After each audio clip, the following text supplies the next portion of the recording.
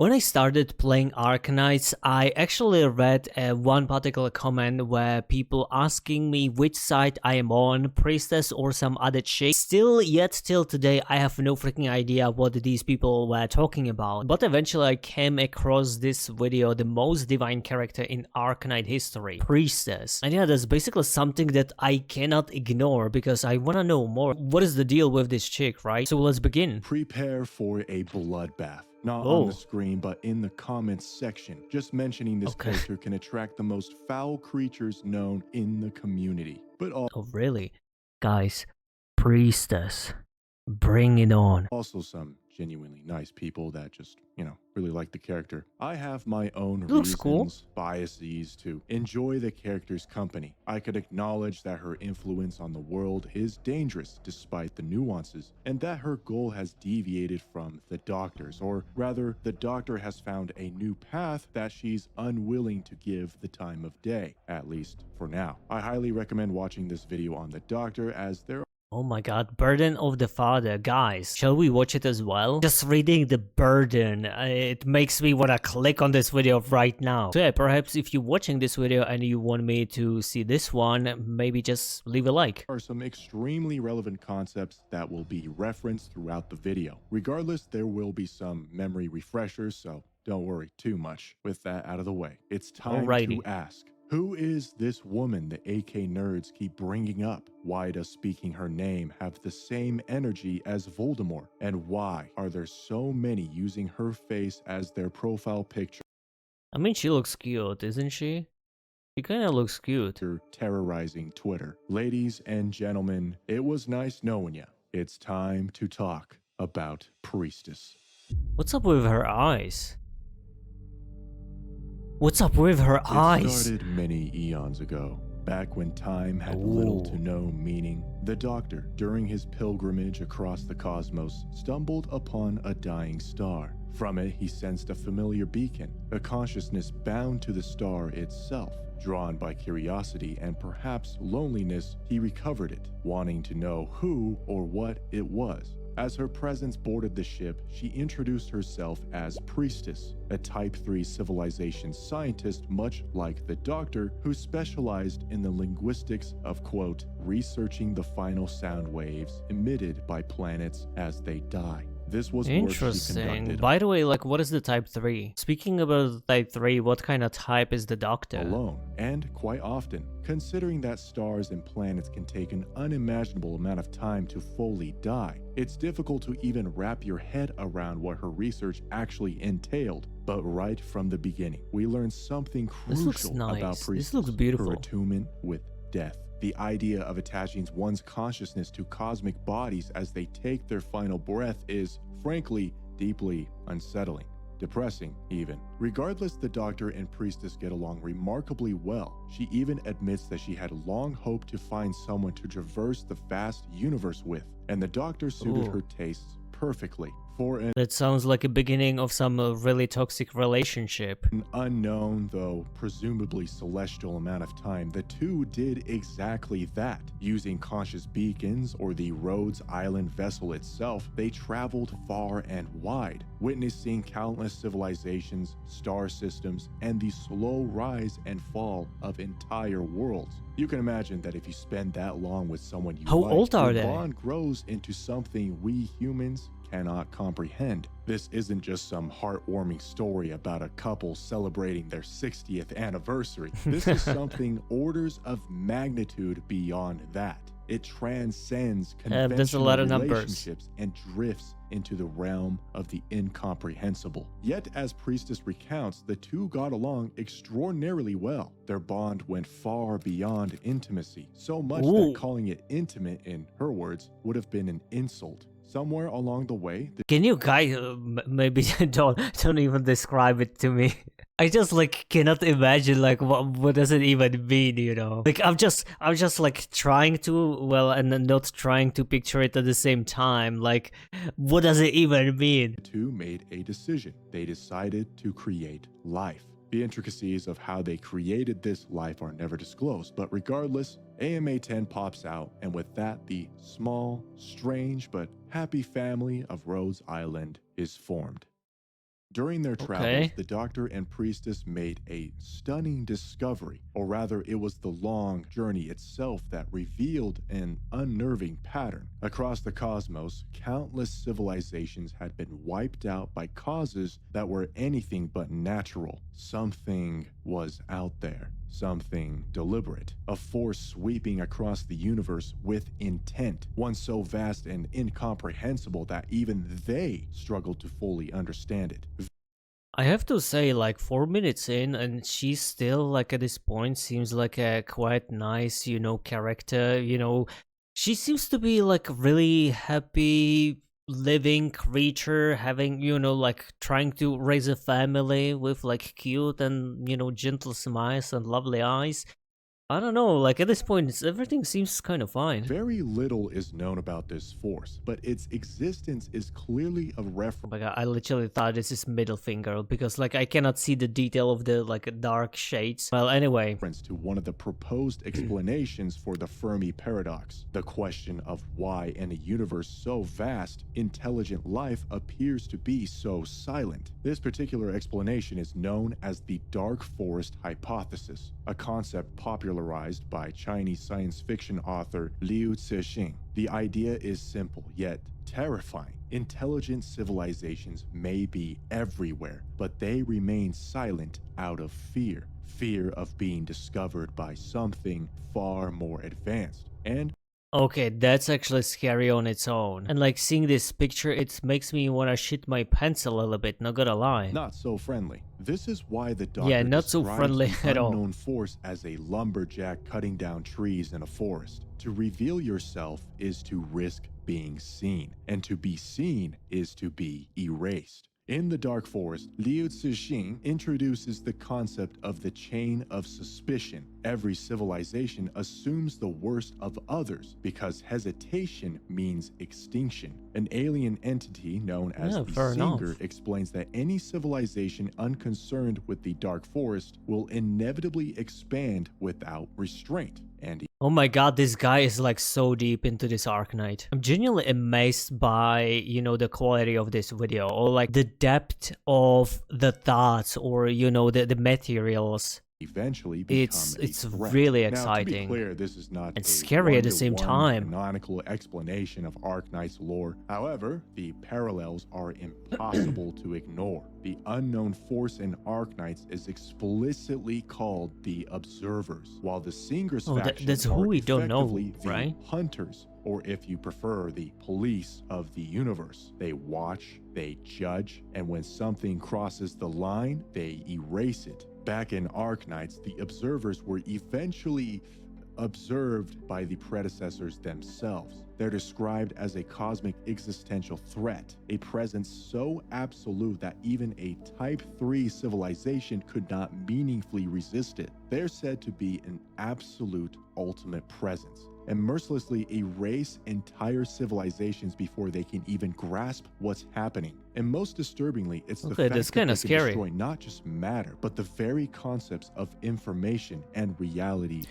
I was like, what the heck is this? Is this coming from like a PC launcher? I feel like for the global we don't have this kind of feature yet, right? This is a little bit shame. Like a lot of times when I was playing, I was, looking for my mouse and like I kind of screw up, at certain stages because of I forgot like where my mouse is. And also I just remember like the stage 3 or how you call it, the civilization. I just don't remember like what is the difference between the 1, 2nd and the 3rd one. But 3rd one is like pretty advanced, right? But also at the same time the observer is gonna be like far beyond. I feel like I cannot even comprehend, the kind of magnitude and the, overwhelming power that these like observers could possibly have. Itself. Their destruction courses through the metaphysical just as much as the physical. If we apply the logic of the Dark Forest, the implication is clear. The predecessors were noticed, and once they were noticed, they were deemed It's a game threat. over. The menace was so overwhelming that Priestess and the Doctor came to a grim conclusion. No Make another baby. biological life bound to ordinary matter could ever survive the observers. So, in response to this crisis, they worked together to create originium, an artificial substance to So they created it? Okay, I didn't know. I thought it's literally like, part of the minerals of the particular, like, the planet. How the heck they create like such a powerful yet like dangerous, material or like whatever it is? preserve consciousness and information Okay, now I'm locked specifically in. beyond the observer's reach. I'd also like you to project yourself as the Doctor in these moments. Here you are racing against extinction walking in the along forest. your cosmic companion and your cat daughter, trying to engineer something impossibly complex while your ultra-advanced civilization collapses all around you. Billions. That's actually insane. Like you having like high-tech civilization and it's still collapsing. Isn't it kind of like irony? Perhaps trillions, we don't actually know, are dying as you work. And realistically, you probably didn't get everything right. Still, in Priestess's mind, they had forged a miracle, a God-sent solution to the inevitable end. Originium became the ultimate answer to annihilation, a way to preserve the essence of existence, even if the physical universe was lost. But even this miracle came too late. The predecessor's inner defenses fell faster than anticipated, forcing Priestess to make a desperate decision. She placed her beloved companion into a protective sarcophagus deep within Rhodes Island. As a final act, she attached a linchpin, hoping it would allow them to continue feeling each other's presence even as they were torn apart. You might say that's a bit obsessive, but hey, she just really likes the guy. Amidst the destruction, Priestess then volunteered to become the first subject of assimilation, transferring her consciousness into Originium itself and entering the assimilated universe. From within that realm, she intended to continue her work, losing her physical body in the process. What she didn't realize was that lifetimes would pass, and the Doctor she would one day awaken to would no longer be the same person she loved. What? Literally, like, more I listen, I was like, my mouth went like from this to like literally this, like within like 2 minutes. Like, let's disregard like everything. Let's say you transfer into the simulation. What, like, how can you be sure that like that simulation is not gonna be destroyed? Maybe I just see it wrong way, but like if you wanna get into simulation, you have to like go into something, right? And that particular thing eventually can be destroyed, no? Like the point I'm making, it has to be preserved like in something, right? Honestly, I don't know what to think about this character. Like this is like really unique and really interesting story. I still believe I can fix her. She would one day awaken to would no longer be the same person she loved.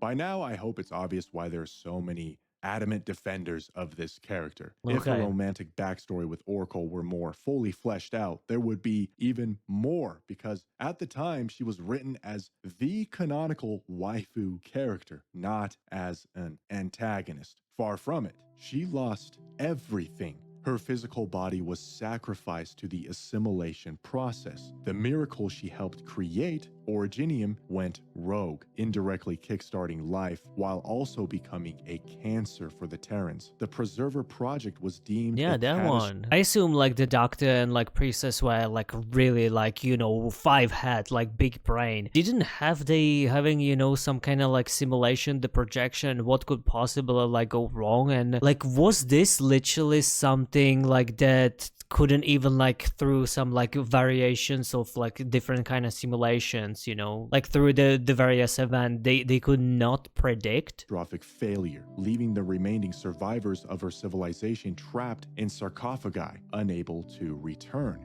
Throughout all this, Priestess never truly disappeared. She watched from within the assimilated universe, unable to That's kinda intervene, painful. unable to guide, forced to watch civilizations rise and adapt without her hand on the wheel. Time Can we passed, turn this and the music world on? moved Or on off? without her. Those who even It makes know me of want- the observer's makes me existence more have been depressed. reduced to a mere handful, and because of that, Priestess maintains the mission alone, one she believes stands far above anything the mortal Terrans could possibly understand. They haven't seen the terror of the observers with their own eyes. They haven't watched entire civilizations, their own, phase out of existence. But now, cracks begin to form. Events unfold that become thorns in her side. Developments that Not you. directly oppose the assimilation project and everything it stands for. And it all begins with Babel. Babel. Upon Okay. awakening, the Doctor doesn't immediately resume the role Priestess left him. Instead, he's confronted with living, suffering people. Terrans with faces, voices, families, futures. Teresa becomes the focal point of this shift. She essentially introduces an idea to the Doctor that fundamentally opposes assimilation, that life has meaning precisely because it is finite. Under her influence, the Doctor begins to hesitate. Can you see this doctor like right here? This is literally like how I feel like within myself right now. Like I'm like a little bit confused. At least now, call me crazy, but I kind of feel bad for the priestess. To hesitate. For the first time, he questions whether he has the right to decide the fate of an entire world. His mistake, by the way, and one that never consented to being saved. He grows attached to the people of Babel and traverses the land with Amia by his side. He begins to realize Terra isn't a failed experiment. It's a living civilization struggling to survive on its own terms. Kal'tsit, who once stood with Priestess, also shifts. She supports Babel to become the very means to protect Terrans from assimilation. The clearest contradiction comes from the Doctor's look at a obsession cutie. with curing Amia's oripathy. As you know, oripathy under Priestess's framework is a step towards assimilation. Wanting to cure it outright is an emotional decision,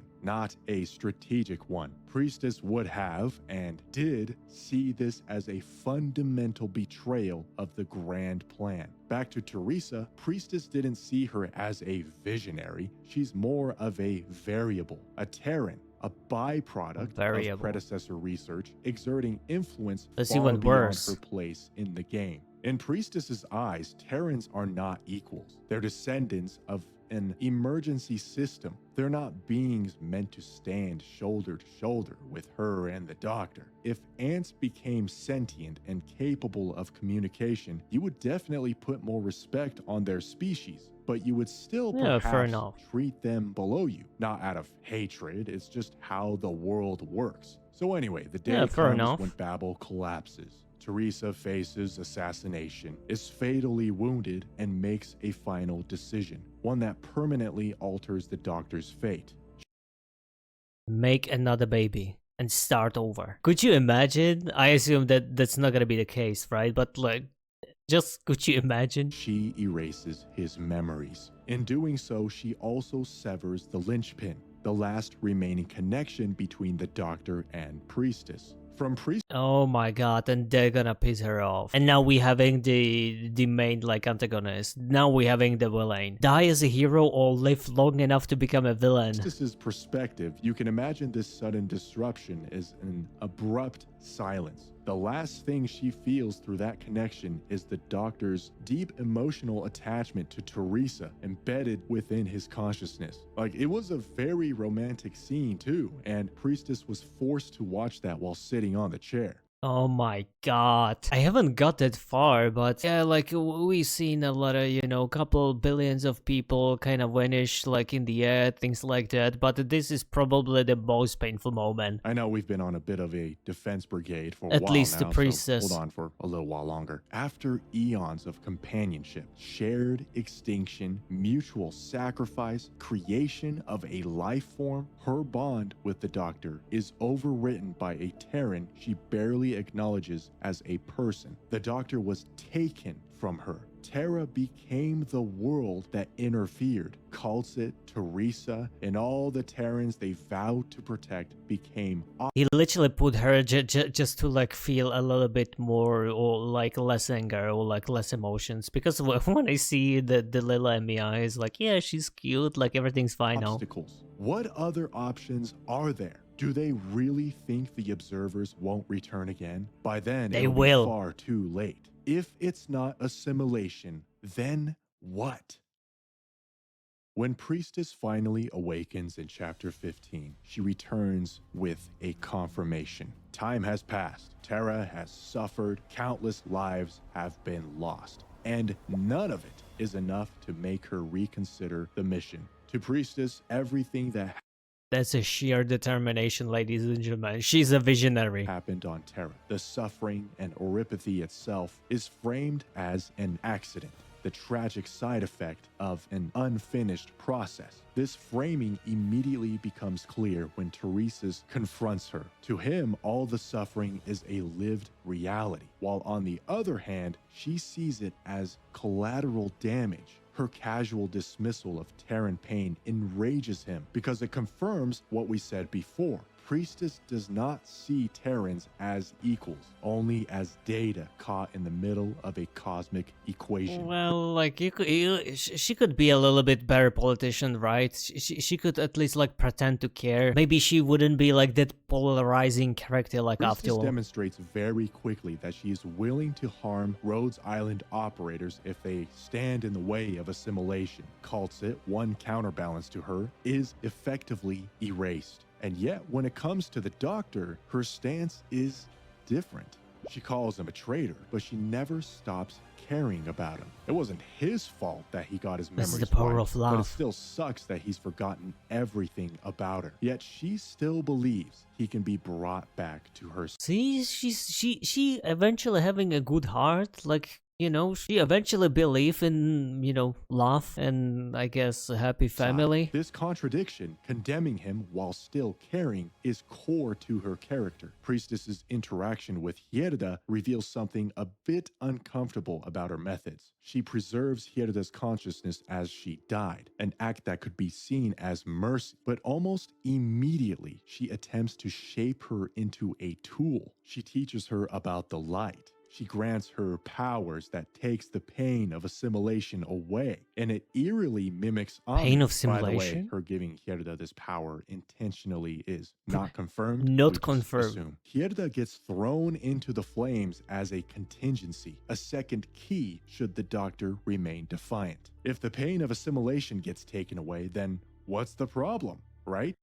Who is this? Like, assuming the priestess is like that kind of, you know, the medium that like seeing through. This literally looks like one of her follower. You know, she can maybe see through him. This moment crystallizes why so many players view Priestess as a manipulator. It's that even her kindness is conditional. Even salvation comes with strings attached. In The Masses Travel, Priestess... But also, like, based on what I hear, I could also imagine like she had some vision, like she's a like Steve Jobs of Arknights. So she's basically a visionary, but also at the same time, I assume like she caring for the Doctor, and like the Doctor is probably like the number one thing that she care about the most, then their vision, or like both of it, or I don't know like which order. You get a point, right? So I could also see that like everything else is kind of like a second. So is she a manipulator? Maybe. Does she, like, is she really that bad? Well, I would say maybe a lot of people would do the same thing, you know, like what people can do like for the love, like overall. Priestess continues the onslaught. She manipulates the law, issuing a directive to begin assimilation across all races, starting with the Sancta. This push becomes enforcement. And where have we heard that before? Hopefully we're on the same wavelength here. If we're going by the logic of the Dark Forest, she's basically doing what the observers do. Not entirely the same, but it's how she assimilates the threats that make themselves known. When Priestess approaches the Doctor later, her tone shifts. She's more chill, and there's a hopeful feeling lingering in the air that conversation is possible. She probes his beliefs, trying to understand how far he's drifted. She even makes an offer. If he concedes, she will restore AMA 10.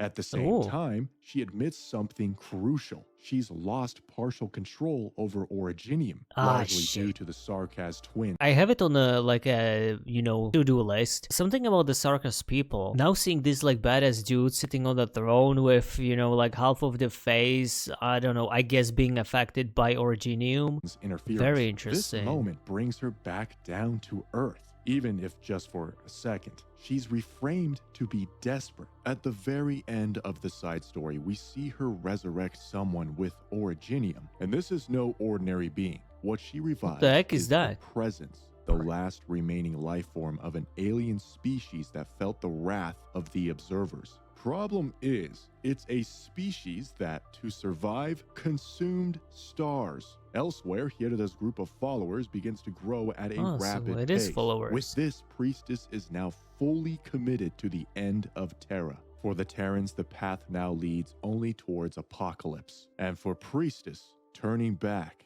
is no longer an option. I mean, I feel like I've never been. Like watching this for 18 minutes straight, I never had like a single thought that she would like change the direction like by any chance. So, At now all. that you've got a hopefully unbiased, accurate sense of the character, it's time to address the fracture in community sentiment. Why do people defend this character? Okay. It's because she's seen the end of the universe. She's watched civilizations erased on a metaphysical level. She genuinely believes there is no other way. And from her perspective, hesitation is extinction.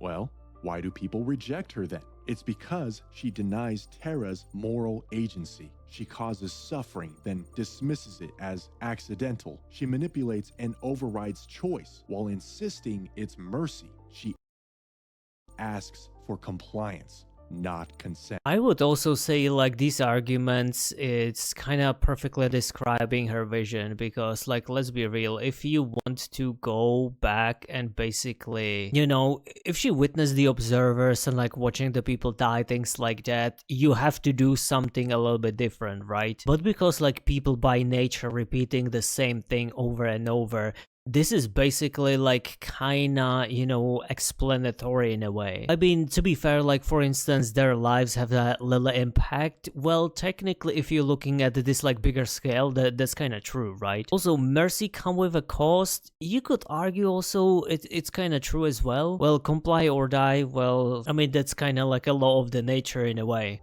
The varying sentiment that follows this character is exactly why she's so great. No matter where you stand, it is undeniable you sit right up when she appears on the screen. She is the antagonist who has become incapable of compromise. To give ground would mean admitting everything she sacrificed, her body, her people, her love for the Doctor. All of it might have not been necessary. And that is something she simply cannot accept, and perhaps never will.